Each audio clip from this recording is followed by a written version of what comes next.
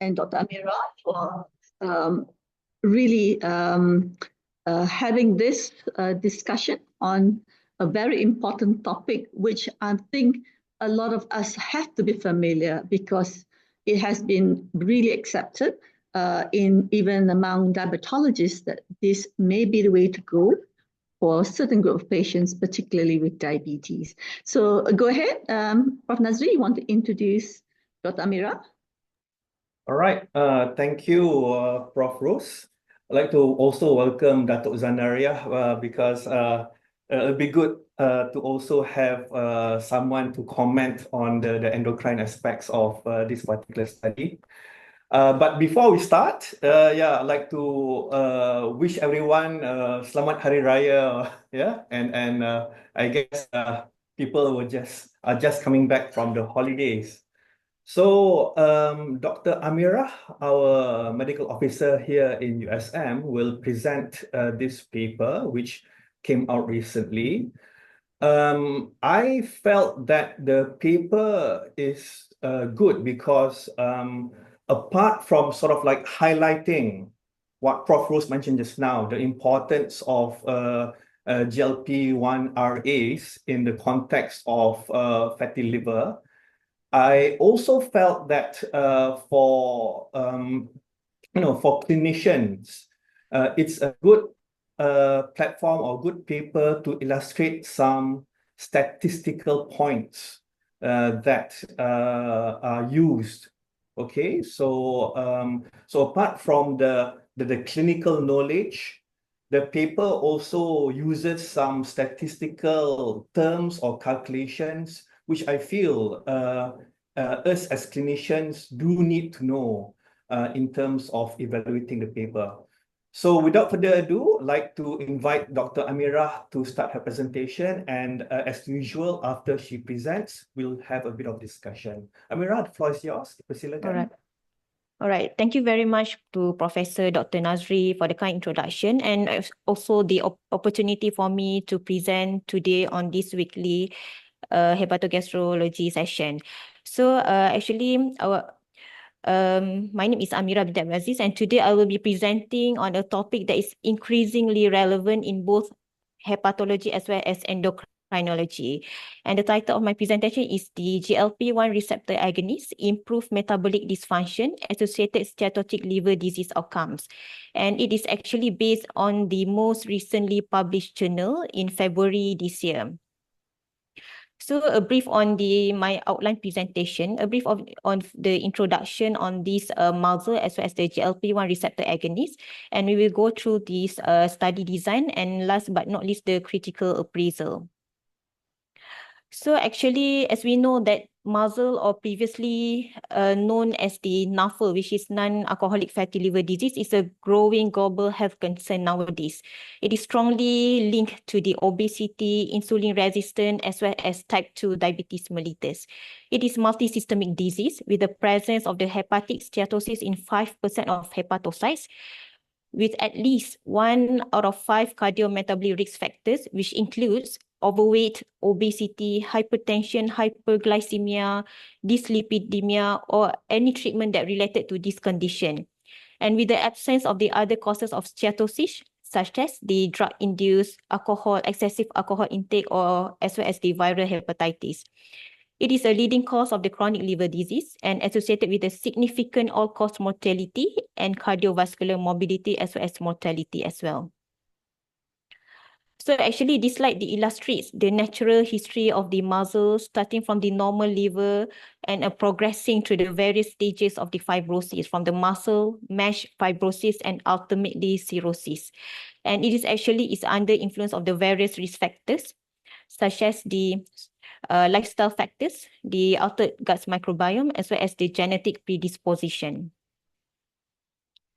MALSA or MASH risk stratification is actually involves screening of high-risk groups, which includes the type 2 diabetes, pre-diabetes, obesity with the comorbids, or presence of 2 or more metabolic risk factors, or elevated risk transaminases or family history of MASH cirrhosis. And with a two-step approach, which include the FIT4 index, as well as the liver stiffness measurement or enhanced liver fibrosis score, which actually further categorize patient to the low, intermediate, or high-risk patient.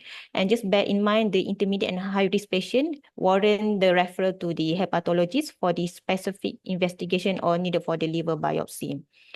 And actually, we know that the mainstay treatment for the muscle is actually the lifestyle intervention, specifically the weight reduction, which improve the histologic fibrosis and also steatosis. We know that given the critical role of the weight loss in the muscle management, there is few pharmacologic agents that have the benefit of the weight reduction being investigated as a potential therapies for the muscle, which is include GLP-1 receptor agonists. So GLP-1 is actually an incretin hormone secreted by the intestinal cells in response to the food intake. It is a very important role in the glucose metabolism, appetite regulation, as well as the cardioprotective effects. And these are the few listed GLP-1 receptor agonists that are available, which I take it from our type 2 diabetes CPG, Malaysia CPG guideline, which includes semaglutide, liraglutide, dulaglutide. And this is the formulation also dosage for each drugs. So GLP-1 receptor expressed in many peripheral tissues, including the alpha and also beta cell of the pancreas, the heart, our kidneys, GI tracts, that has been shown to delay gastric emptying, increase satiety, as well as improve glucose regulation. And actually, it have indirect effects on our liver, which actually reduce the inflammation, reduce the hepatic steatosis, as well as the increased resolution of the muscle or mesh. So actually, muscle are common in people with the obesity as well as diabetes, but bear in mind, it is also involved and affects the general population as well. And actually, there's a lot of studies shows that the GLP-1 receptor agonists shown to have a multiple benefits beyond the diabetic treatment, including the liver protection as well as the cardiovascular risk reduction. So this is the recommendation that I took from our CPG management of type 2 diabetes. It is also stated that GLP-1 receptor agonists should be considered for the treatment of type 2 diabetes in patients with suspected or confirmed NASH plus minus advanced liver fibrosis, and it is a grade B supported by moderate quality evidence. So let's get back to our journal, our study. The main objective is actually to investigate whether the GLP-1 in the patient with muscle improve major cardiovascular outcomes, clinically significant portal hypertension events, as well as the all-cause mortality. And this research was conducted as a retrospective cohort study, and the data was obtained from the TriNetX platform, which is a large real-world clinical database. It allows researchers to analyze the real-world patient's outcome. But yes, the limitation, we need to consider some of the data collected could be inaccurate and inability to establish the causality. And for the statistical analysis, the study applied propensity score matching to balance. It's actually to balance the confounders and the minimized bias, especially in the non-randomized studies, to ensure that the groups are similar in terms of the baseline characteristics, mimicking the RCT. So actually, after the propensity score matching, standardized mean difference are used actually to assess the balance across the covariates, and the SMD less than 0.1 is typically considered as well balanced, and it is not is not affected by the sample size as well. But we need to know even PSM is used to balance and also to minimize the bias. There is always a possibility that some degree of confounding could have this means. So for the survival analysis, the study employed two key methods, which is first is the Cox proportional hazards model, which calculate the hazard ratio with 95% confidence interval to assess the risk difference. Second is a Kaplan-Meier curve, which actually estimate the survival probabilities over time, providing a visual representation of different between the groups. And for the log rank test, they used to compare the survival distribution between groups with the significance defined as a p-value less than 0.05. So a bit on the interpretation of the hazard ratio. Hazard ratio less than 1, it suggests a reduced risk in the exposed group. And the most importantly, with the confidence interval that does not include 1, means the hazard ratio is considered statistically significant. And so this is the inclusion criteria for this journal. It is include all patients 18 years and above with the diagnosis of the muscle or MASH. But the limitation in this study, they lacking use of the imaging modalities to confirm the muscle diagnosis. And it did not assess the surrogate serum markers for fibrosis, such as the FIB score, FIB4 index, as well as the ALT to AST ratio. And additionally, the inclusion criteria were not reliant on the histologic diagnosis as well, which introduced the possibility of misdiagnosis in this study. And then they did exclude patient with the history of the cardiovascular events, cirrhosis, significant portal hypertension. They also exclude the other chronic liver disease other than muscle, history of the alcohol use disorder, as well as the patient with the history of the bariatric surgery. So actually, this is the study actually started with the 134 million patient that taken global collaborative network database. And after applying the exclusion criteria, half of the numbers were identified with the MASH or muscle. And then it is further divided into 2 cohorts, which is the first cohort study group is patient that is taking the GLP-1 receptor agonist, while the second cohort is a control group, which did not receive GLP-1 receptor agonist. And after the propensity score matching, we can see that the both group were well matched after the matching, with the SMD is actually less than 0.1. So there is no imbalance remains after the matching. This is just a brief of the baseline characteristics of the 2 cohort, GLP-1 agonist and also non-GLP-1 receptor agonist with the muscle disease after matching. We can see here, we can conclude that the GLP-1 and non-GLP-1 groups have largely similar baseline characteristic, and it is actually well balanced between both groups with no major significant difference, and with the SMD is actually less than 0.1 for most of the factors. But just a few things to highlight a bit of the limitation in this study in terms of the baseline characteristic. It includes patients with the type 2 diabetes. Yes, we know that diabetes itself is the major risk factor for muscle, and many of the muscle patient is a diabetic patient. So it is become difficult to determine whether the observed CV benefits, which is one of the objective for this study of GLP-RA, are due to direct effect of the muscle, and it is not due to the well-established benefit in diabetes. So actually, this overlap is actually common, but further studies should stratify muscle patient by diabetes status to better understanding whether the GLP-1 receptor agonist provide CV benefit independent of the diabetes status. And then this is the others baseline characteristics. It includes the baseline blood investigation of the liver function test, the full blood picture, the renal function test, the lipid profile, as well as the patient owns medication.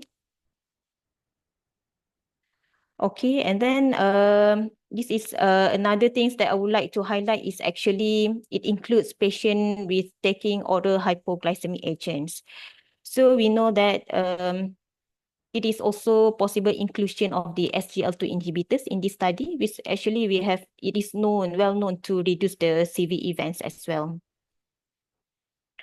So actually, for the primary endpoints in this journal is actually the major cardiovascular events, specifically the onset of the heart failure, composite of cardiovascular events such as the heart attack, unstable angina, And second is the clinically significant portal hypertension, which is the esophageal varices, ascites, cirrhosis, as well as the need of the liver transplant.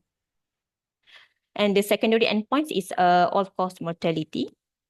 And the result is actually they looking, and the results for these studies, it shows that there is reduced incidence of the heart failure, cardiovascular event, as well as the portal hypertension comparative with the two groups, which I will actually explain further in the bar chart.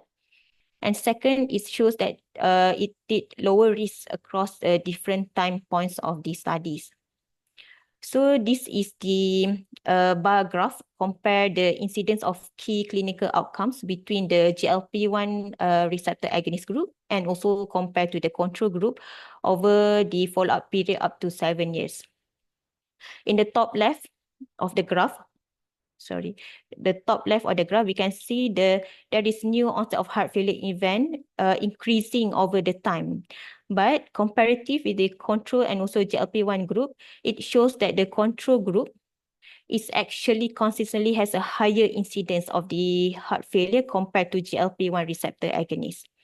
And then for this top right, represent the composite cardiovascular events, showing a similar pattern where the GLP-1 receptor agonists appear to be associated with a lower incidence over the times. And then this one is a significant portal hypertension event as well, similar finding as well as the all-cause mortality, where the mortality is higher in the control group compared to those that are receiving the GLP-1 receptor agonist. So from the bar graph, they are further analyze these outcomes using the COTS proportional hazard models to estimate the hazard ratios over different follow-up years. We can see here, this one is year 1, 3, 5, and also year 7. We can see that across all times points, GLP-1 receptor agonists are consistently associated with a significantly lower risk of the portal hypertension events, composite cardiovascular event, as well as the new onset of heart failure. For the example, for the year 7, the hazard ratio for the portal hypertension is portal hypertension event is around 0.43, with the 95% confidence interval is around 0.3 to 0.6, and a p-value of less than 0.001, which is indicate a strong protective effect in this study. So actually, to conclude that these findings reinforce the earlier bar chart results. So it is significantly reduced the risk of the cardiovascular and also liver-related complications over the time. So third is the improved survival outcomes, which is the second endpoint, which is the all-cause mortality. So this one, the results that shows the all-cause mortality as a secondary endpoint results. So we can see here that the across all time points, the GLP-1 agonists are consistently associated with the significantly lower risk of the all-cause mortality compared to the control group. So next is the a bit on the critical appraisal. So the first question is what is the research question? So it is does the GLP-1 receptor agonist improve the major cardiovascular outcome, significant portal hypertension events, as well as the all-cause mortality in the muscle patient? And it is the retrospective cohort study, observational, using a large population-based database using the TriNetX platform. And it is the third question is, will participants, staff, and study personnel blind to participant study group? No, because it's the retrospective observational study. There is no intervention or randomization, so blinding is not applicable. So the fourth question, is the study appropriate to the study questions? Yes, it is a large-scale retrospective cohort study, which is appropriate to assess the real-world association between the GLP-1 receptor agonist use as well as the muscle outcomes. However, we need to know that the RCD would provide the stronger causal evidence. So what are the outcome factors and how they measured? The outcome factors in this journal is a major cardiovascular events, clinically significant portal hypertension events, as well as the all-cause mortality. And they use the COTS proportional hazard model, as well as the Kaplan-Meier survival analysis at 1, 3, 5, and also 7 years. So any selection bias, yes, potential selection bias present due to the retrospective design and reliance on the electronic health records. But they did reduce the bias by using the propensity score matching to minimize the confounding as well. So are the results useful or inconclusive? Yes, it is useful. The study did found that GLP-1 receptor agonist use was significantly associated with a lower risk of the heart failure, cardiovascular events, portal hypertension, as well as all-cause mortality. However, as I mentioned before, causality cannot be confirmed due to the study design. So what conclusion did the authors reach about this study question? It concluded that GLP-1 receptor agonist use is associated with a better cardiovascular outcome, significant portal hypertension events, and reduced mortality in muscle patients, supporting its potential therapeutic role. But in this journal, the authors also suggest that further prospective studies or RCTs to confirm these findings. Does the result of this study change your current practice? Yes. Actually, it is due to the promising results, but we need for further stronger evidence and also local guideline updates. But we can consider GLP-1 RA in muscle patient, especially in the patient with diabetes and also high cardiovascular risk based on the individual risk-benefit assessment. So with that, I end my presentation. Thank you very much, Dr. Amira, for that detailed analysis of the paper. So yeah, just to reiterate, the paper overall is rather straightforward. But as you can see, what we're concerned about in patients who have fatty liver or muscle is the outcomes, the clinical outcomes, particularly in terms of cardiovascular issues, as well as the liver issues. So from this retrospective study, which encompasses a very large number of patients, we can see that there's an advantage in those who are using the GLP-1 receptor antagonists. Okay, so the thing is though, even though it's retrospective, the investigators have used several techniques to improve the accuracy of the results. So for example, Dr. Amira has mentioned the term propensity scoring, where they give certain weightage or certain points to particular comorbidities, to particular data points. And in the end, the calculation incorporates this propensity score matching. And from there, they then see if there's a balance, in terms of the mean differences, this SMD. Thank you, Dr. Amira, for putting up this slide, standardized mean differences. So hopefully, even though it's retrospective, even though we have identified that there may be biases present, comorbidities and so on, using this particular technique, then it balances out between the two arms. Also, Amira, if you don't mind, can you just move on to the slide where we have the forest plots? Okay, just move on a bit more. Okay, all right. Oh yeah, okay, this one here. So as you can see, all the figures have the GLP-1 or favors GLP-1. And if you are familiar with forest plots, you can see that with the confidence interval, the wings next to each of the data points, they do not cross 1. Okay, so if the wings cross 1, that is not significant. Here, all the wings, the confidence interval does not cross 1, meaning that they are all significant. And as you can see, some of them, maybe the next slide, please. Can I go to the next slide, please? Oh yeah, this one here.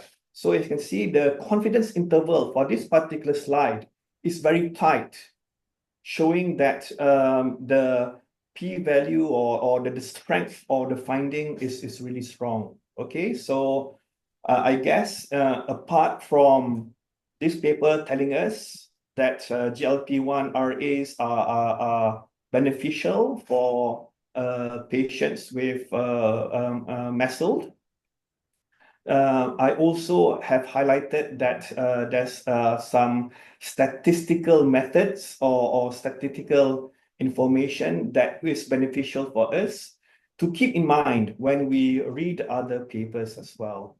So with that, I do have some points which I would like to discuss with the content experts, Prof. Rose and Dr. Zanaria after this maybe. But yeah, thank you, Dr. Amira. I open to the floor. Prof. Rose, would you like to say anything regarding this maybe one? I would invite Dr. Zanaria. Yes, Is she okay. able to actually unmute herself? Yes, please go ahead, Zanaria. So we are just highlighting perhaps this from the point of view for fatty liver disease, but there's a lot more to it. And I think you are the best to highlight this. What is the current practices in relation to the use of GLP-1 in our setting?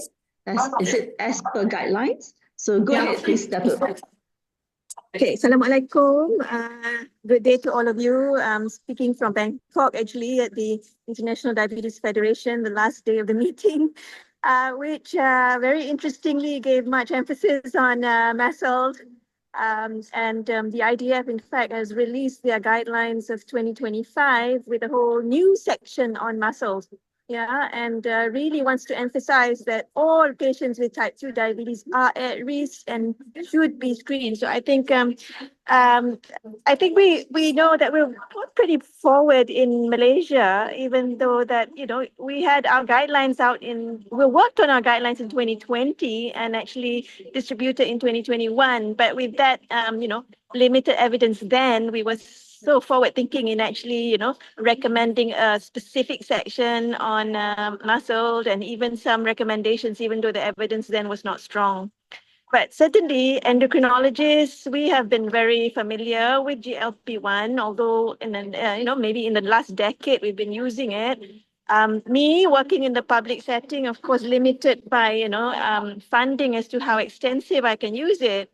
But of course, I think in the scope of using it all these years, we must have been treating muscle without realizing, in those patients that we were treating with so-called diabetes and weight issues, which are the usual indications of selecting a GLP-1. No doubt in public setting, the choice or the timing of GLP-1 is often late rather than early. But, in the university setting or in the private setting, it's really more prompt use. But I guess, we already know that when we are sort of talking about the MASLD patient, we're also talking about the patient with high CV risk, isn't it?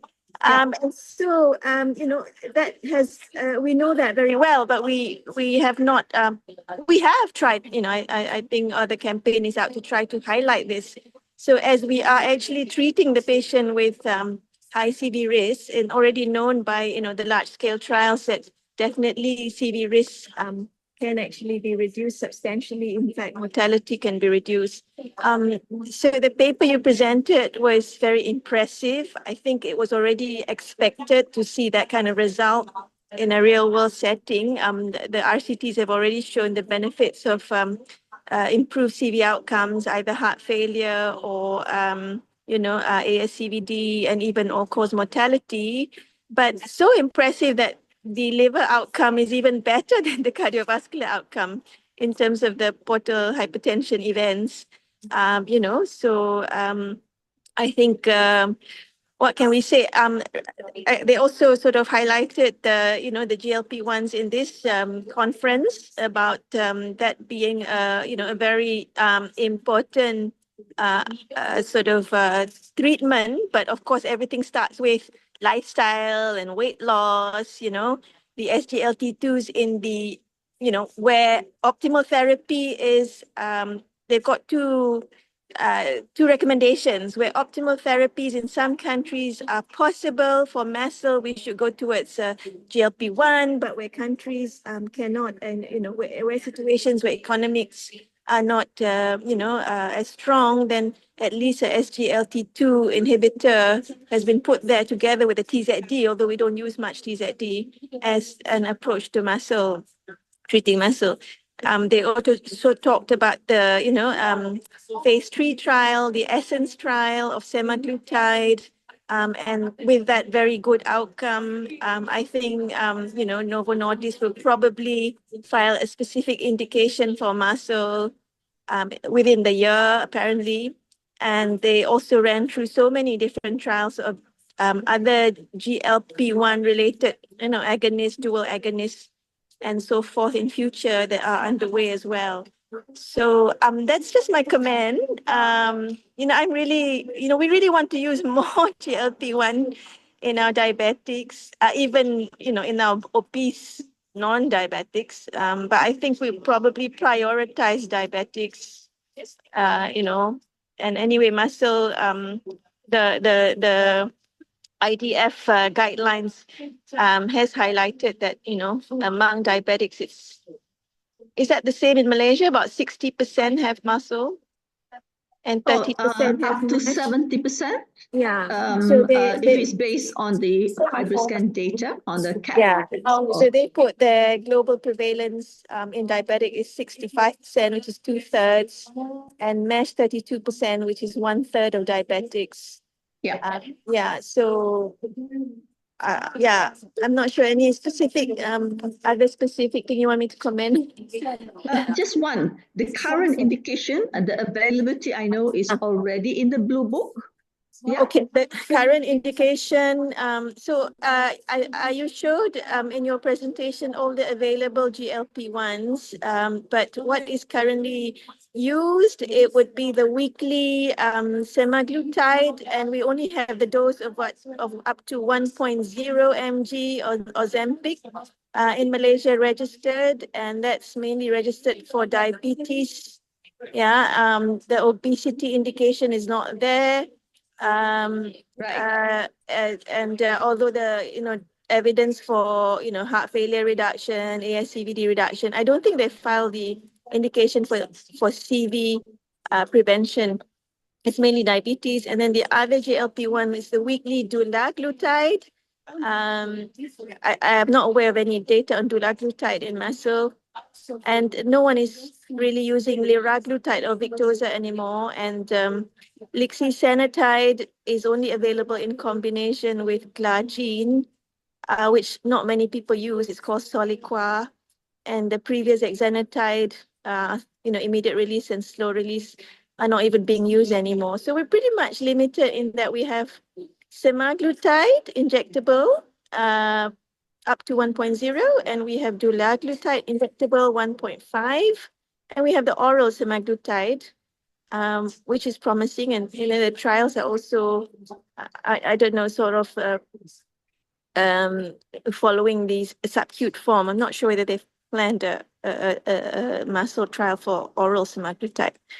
But at the moment, even though the indications filed with DCA are like that, doctors are actually going ahead to use it as soon as evidence has come out. I'm sure you realize that, yeah. Yeah. All right. So Nazri, you go ahead first with your comments, and I will also highlight opportunities that perhaps worth discussing with Dato' Zanaria on how we can actually include it in our national strategic plan. Go ahead, Prof. Nazri. Right. Thank you, Prof. Rose. Dato, apart from the lifestyle changes, in one of the initial tables, it's also mentioned anti-obesity medications. Yeah. How relevant is that in terms of our treatment context here in Malaysia? Yeah, at this current setting, I mean, which anti-obesity medications are truly effective in the long term? And so it's now proven that, the really,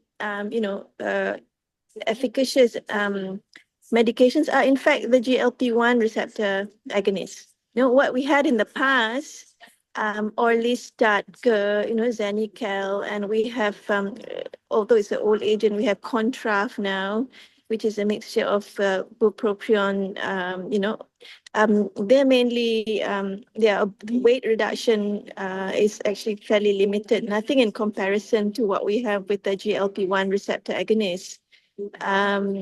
We have also released our obesity guidelines last year. We're pretty limited in the specific anti-obesity agents we have in Malaysia, So even semaglutide in the different formulation called Wegovy overseas, and I hear it will be coming soon to Malaysia, hopefully, where the dose will be beyond 1.0 of Ozempic. So it can go up. We've used it in trials at 1.7 and maximum of 2.4 milligrams weekly, which is what they use for obesity, and that can approach, weight loss of, probably about 10%. And if you go with tirzepatide, maybe beyond that, maybe 15%. And if you go with tirzepatide, Mounjaro, which is also coming to Malaysia soon, for diabetes and for obesity, you may get, up to 20% weight reduction. And if we're looking at even the newer agonists, dual, triple agonists in the pipeline, you might be seeing more than 20% weight reduction, which is amazing, and actually approximates what you get almost for bariatric surgery. And the guidelines also, the IDF 2025 guidelines have also put down there that bariatric surgery, or in fact, they don't use the word, they put their metabolic surgery, bariatric surgery, is also an, strategy for muscle patients. Yeah. Thank you, Dato. Yeah. Sorry, Prof, I wanted to say something. No, it's fine. You go first, and then I will ask Amira to stop sharing the screen, and I will just show some of my all right. data. Thank you, Dato, for that. I mean, with Mounjaro, with tirzepatide, for example, I mean, there's talk of saying that apart from diabetes or other reasons, it'll also be brought in for anti-obesity purposes. Is that true? Yeah, that's what I hear, that they will, they will bring it in for both indications. Okay. Quite soon, apparently, quite soon. Quite soon. I'd like to also ask you on the issue of gastroparesis, because it's quite a common symptom when patients are started on these medications. So as a gastroenterologist, sometimes I see this person, so they're on the GLP-1 RAs, they get gastroparesis, and then we start them on prokinetics. What's your thought on this? Yeah. We don't often use the word gastroparesis because diabetes itself can cause diabetic gastroparesis, which is a diagnosis of exclusion. But the delayed gastric emptying is one of the, the mechanism of action of that glucose reduction. Yeah? So yes, I've got mixed experiences with patients. So you've got some that when you start them very gradually, according to the dose recommendation of titration, that they do tolerate it. But there are some, even at the lowest dose, do not tolerate it, with nausea and retching and even vomiting. So it's really, to some extent, I do ask patients if they've already got a background of GERD, because that's quite common in our obese diabetics. And if they've got a background of GERD that's symptomatic, that could flare quite well, and that could limit the dose that you can go up to, and therefore the efficacy of the medicine. So we were involved in clinical trial of a new agent, which is semaglutide plus cagrilintide, which is even more potent than semaglutide. And in this study, we had a patient who had prior GERD, who was so sick the minute you started the lowest dose, and we had to really carefully, really titrate up, unlike what was recommended in the protocol, because she kept getting sick every time you increase the dose. So really, I think that is a practical issue that has to be highlighted. There are some patients that may not even tolerate the smallest dose. But we do recognize now that in between the recommended doses which are in the PI, that some doctors have learned about how to adjust dosing, like they call it microdosing or smaller doses in between. Yeah. Interesting. So how much would you start on? Yeah, so if it was what we have now is either dulaglutide or semaglutide weekly. So if it's the injectable semaglutide, all of us would use 0.25. 0.25, just Yeah, like which in is a the guidelines. very tiny dose. And I, because you still have other medicines on board, so you're sort of trying to, overlap a bit until it gets, the dose gets higher. Then you can very often withdraw other medicines, So 0.25 weekly for about a month, which, and then 0.5 weekly, and you could stop there, for several months if that's enough. But most people or most practitioners would like to go up to the highest dose, which is 1.0, and that's the maximum dose that's registered in the country. Although I heard that some are even doing, because the 2.4 has evidence, and some are doing funny combinations Sure. of beyond that, yeah. And Okay. some have actually, because as you know, it costs a lot to be on these medicines. And if you are on smaller doses, then, and it works well, you could, stretch out the drug for longer and be more cost effective. So some have actually done, in between recommended dose titrations. All right, Like even a to that extent. personalized kind of dosing, So there's so many tricks that people are actually, getting more and more clever with while they prescribe patients. Yeah. Okay. So thank you. Amira, can you stop sharing your screen for a short while? Just want to highlight that, it is like what Dr. Zanera has mentioned, that the screening for the type 2 diabetes was actually recommended in the updated CPG as early as 2020 when this was published. But it was not just about screening using just blood-based biomarker, but also involves the stratification. So what is important, oops, I cannot somehow move my screen. Hang on. Let me just go back. Okay, so basically the stratification include the addition of platelet to actually really talked about FIT4 as a first line stratification test. And that's a lot more cost effective. So our team is trying to show the cost effectiveness of doing the 2-level stratification by first FIT4 and only refer those with advanced fibrosis. So further stratification of the intermediate group 2. But what we actually really also having to highlight is that you're not just screening for just MEFL-D, because in the routine assessment, everyone with elevated ALT and AST will also need to exclude other causes of liver disease, the common one being Hep B and C. So this is also one of the methods we use to screen the risk factors of HCC. And when you stratify, you will know who are at risk of HCC as well. But I think the paper that was presented by Dr. Amira and the ESN team highlighted a very important point, and also what Dr. Zanera said. In fact, the death that's caused by MEFL-D or MESO-D is not just liver.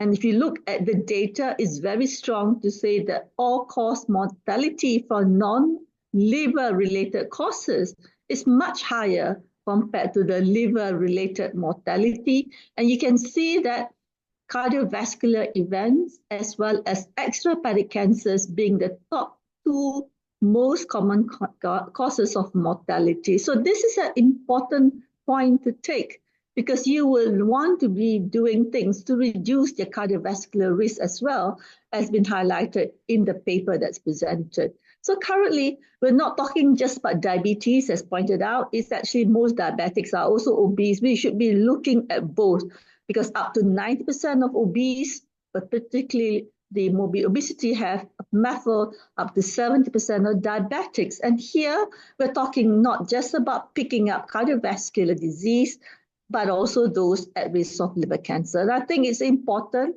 we have an opportunity, because now the MOH NCD division are talking about wanting to have an early draft of the National Strategic Plan.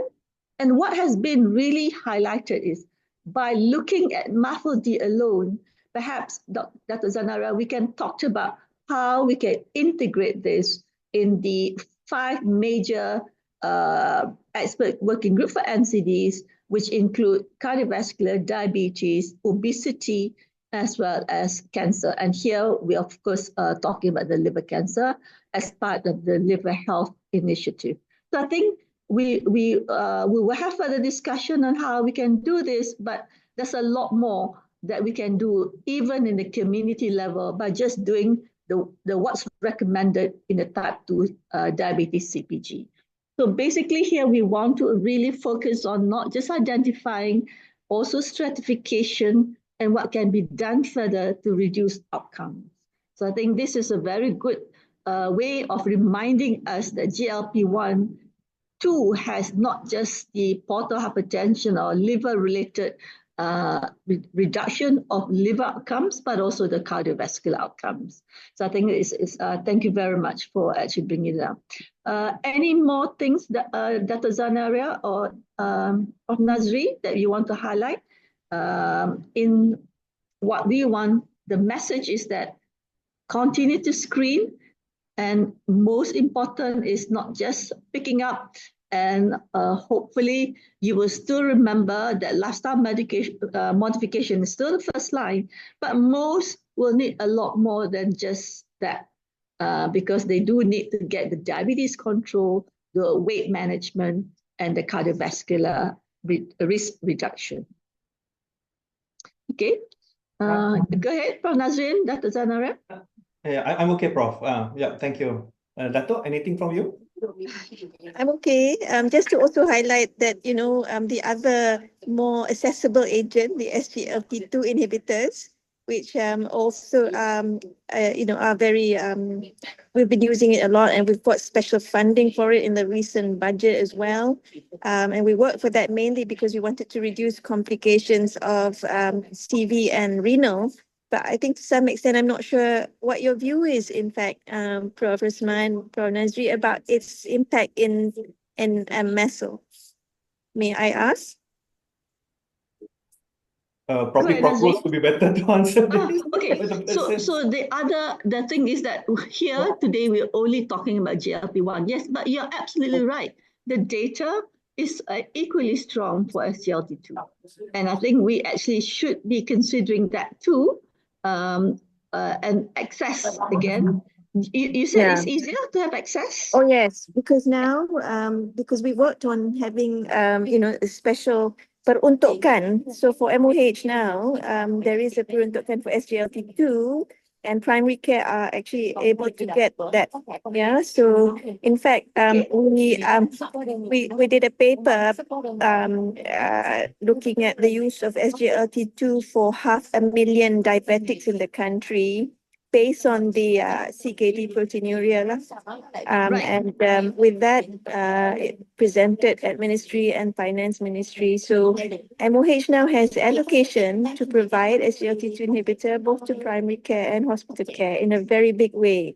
Yeah, okay. So although maybe, it's being used mainly prioritized in those with proteinuria and CV risk, but we could think about where those with MESO also probably fall into that category. Right. Yes. So I think what will happen is I will actually advise for the one of the presentations, upcoming presentation, to also have a discussion on SGLT2 because we are not so familiar on how on that being used. I mean, it's not that totally not knowing, but actually we need to actually be guided. And I think looking at the data is an important thing.